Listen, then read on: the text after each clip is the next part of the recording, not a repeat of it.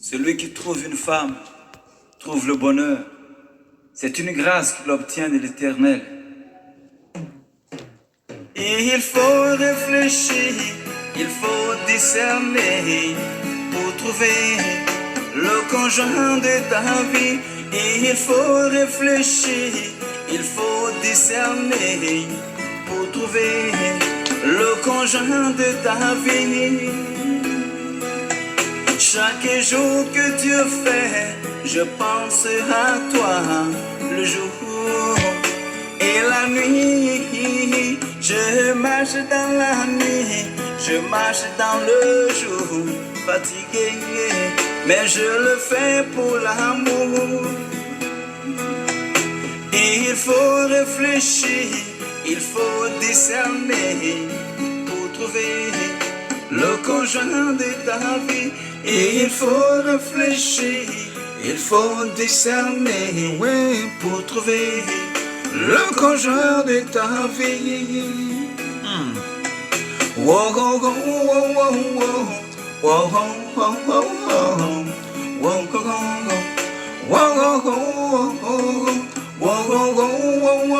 wow, wow, je l'ai trouvé.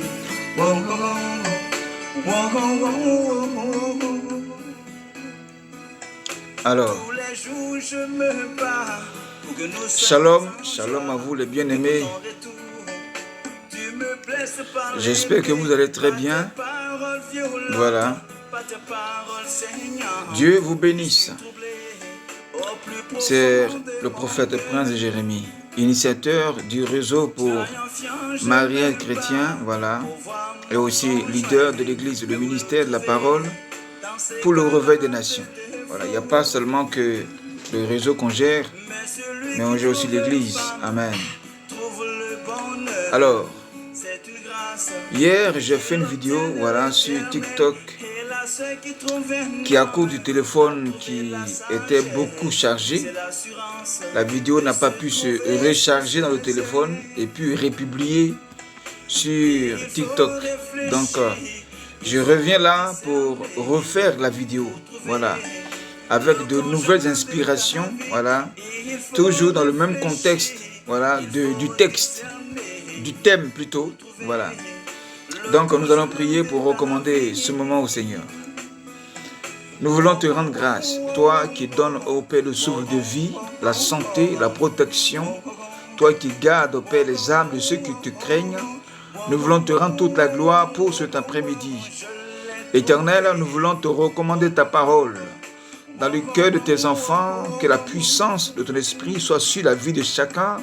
Nous prions afin que ta parole, qui est une épée à double tranchant, opère maintenant ce miracle, la délivrance, afin que, Seigneur, les mariages bloqués soient débloqués et que tu bénisses la vie ce soir à travers ta parole et que ton autorité que tu as donnée à l'homme lui soit toujours donnée et respectée, soumis et obéi par la femme que tu aurais mandaté pour cet homme. Que toute la gloire te revienne. Au nom de Jésus. Amen. Voilà. Voilà. Alors, shalom à vous encore. J'espère que vous allez très bien. Voilà. Alors, comme je disais que hier, j'ai fait une vidéo, voilà, sur le thème « Un homme ne doit pas courir après une femme ». C'était ça le thème. Un homme, un vrai homme. Je n'ai pas dit les plaisantins. Je n'ai pas dit les menteurs. Ou bien ceux-là qui ont un esprit d'enfant. Je parle d'un vrai homme. Un homme sérieux. Un homme qui veut se stabiliser. Un homme qui veut se marier. Voilà. Ne doit pas courir après une femme. Voilà. Beaucoup seront choqués. Surtout les femmes qui seront choquées. Mais c'est la vérité.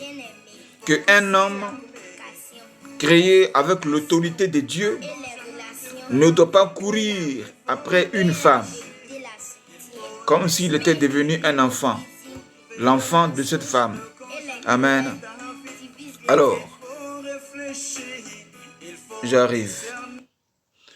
Alors, un homme ne doit pas courir après une femme.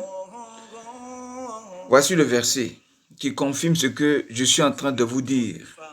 C'est un enseignement, ça fait partie des principes du mariage et de l'amour que toi, la femme, tu dois connaître et que toi, l'homme aussi, tu dois connaître qu'un homme ne doit pas courir après une femme. Ça fait partie des règles et des principes du mariage que Dieu a fixés. Parce que la Bible déclare que Dieu est l'initiateur du mariage. Dieu est le créateur du mariage. Et le mariage est une institution divine de Dieu. Donc, dans cette institution qui est le mariage, il y a des principes que Dieu, bien-aimé, s'est fixés pour l'homme et pour la femme. Donc, celui qui ne connaît pas ces principes et qui veut les violer, va faire fausse route et il va connaître des échecs. Et ces échecs-là en amour, qu'on appelle la rupture des fiançailles ou bien le divorce. Amen. Donc, un homme ne doit pas courir après une femme. Bien-aimé, ce thème vient de ce verset de Genèse chapitre 2, versets 22 à 23, que nous allons lire ici. Genèse chapitre 2, versets 22 à 23. Qu'est-ce que la Bible dit? La Bible dit ici, alors l'Éternel Dieu fit tomber un profond sommeil sur l'homme, qui l'endormit, et il prit une de ses côtes et renferma la chair à sa place. Et l'Éternel Dieu forma une femme de la chair qu'il avait prise de l'homme, et il l'amena vers l'homme. Dieu, après avoir créé Ève, il prit Ève et il l'amena vers Adam. Mais pourquoi est-ce que Dieu a créé la femme? Pourquoi est-ce que Dieu a créé la femme en dernière position? Pourquoi n'a pas créé la femme au même instant que Adam? Amen. Donc, il devait créer les deux en même temps et les deux allaient se réveiller, revêtus de l'Esprit de Dieu, et automatiquement, il allait se voir. Mais Dieu a fait les deux là dans deux temps. Il a créé ces deux-là dans des temps divers. Alors, le premier que Dieu a créé, c'est Adam, que nous tous nous savons. Alors, Dieu crée Adam. Adam était dans le jardin d'Éden, avec les animaux, bien sûr. Adam ayant constaté que les animaux étaient en train de s'accoupler, les animaux qui s'accouplaient, alors et qui avaient du plaisir, Adam a regardé les animaux et lui aussi, il a eu l'envie d'avoir un être semblable comme lui, avec qui il allait s'accoupler.